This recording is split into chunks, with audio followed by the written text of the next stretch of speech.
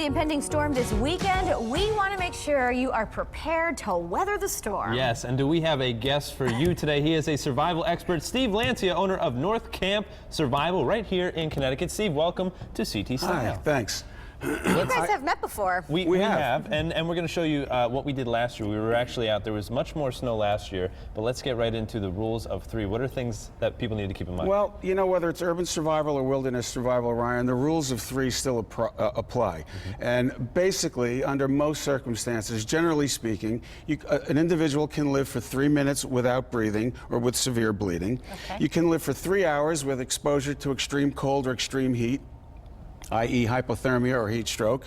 You can live for 3 days without water and 3 weeks without food. Okay. Food's very important, especially in the snowstorm, because there's not too much else to do. Yeah. However, it's not really a survival priority. Now, one of the things to keep in mind, there's a difference between urban survival, which is really everything that we're all dealing with in our home during the storm, but there's also wilderness survival. If you are stuck out inside, or outside in a snow squall or something like that, we actually have some things that you can do. First being to build a snow cave.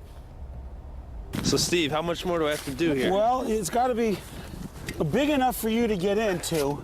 I think we did that. But only big enough for you to get into, because if you have this huge ice cave, okay, it's not going to conserve your body temperature and heat as well as it should. Do you crawl in there, Ryan, You think I can fit in there? I do. You will see here, I will be crawling into that snow cave. It was nice and cold. Here I go. But after that, you know, to stay nice and warm, then, Steve, as you will tell us a little bit more, you can also create a fire. And we have a little tip here to create a fire. Let's take a look at this. Here you go. Oh, Fire. yeah. Fire. We have How'd you it. do that? Add some of these. That's tinder. This is kindling. You want to check your wood and make sure it snaps. That when wood snaps, it ensures that it's really dry and ready to go.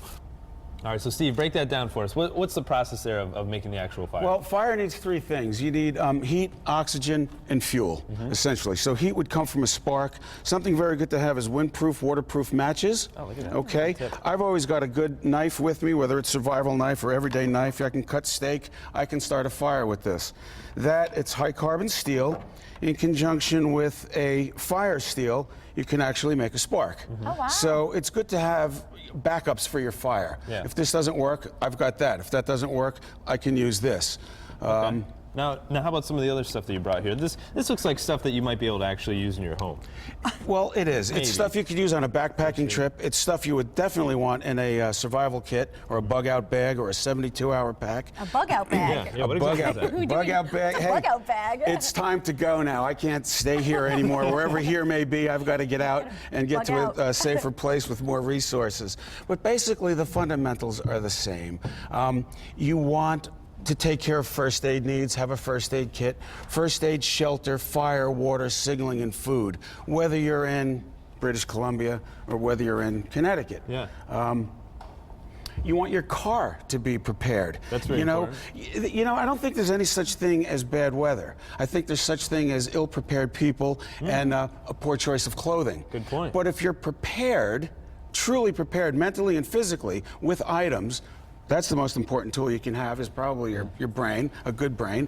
But, you know, common sense. There's no need for people to get stuck in their car somewhere, all right? Make sure you have enough gas. Have a snow shovel. Have sand. Have snow melt.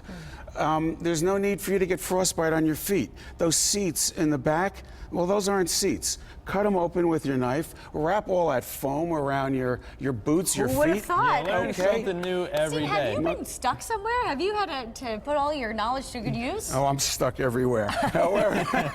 However, no, not really. Fortunately for me, Teresa, You've been so prepared. I've been prepared. Yeah. You know, a good lifeguard keeps people out of the dangerous situation. There you go. You don't have to go saving lives constantly. If you're doing that, you might not be a good lifeguard. That's true. And for more information, you guys can check out northcampsurvival.com. Steve has a great program right here in Connecticut with a lot of cool and interactive survival tips and programs. So make sure you guys check him out online. Steve, thank you so much. Thank you so much. Thanks for all the advice. Absolutely. All right, so we've been following this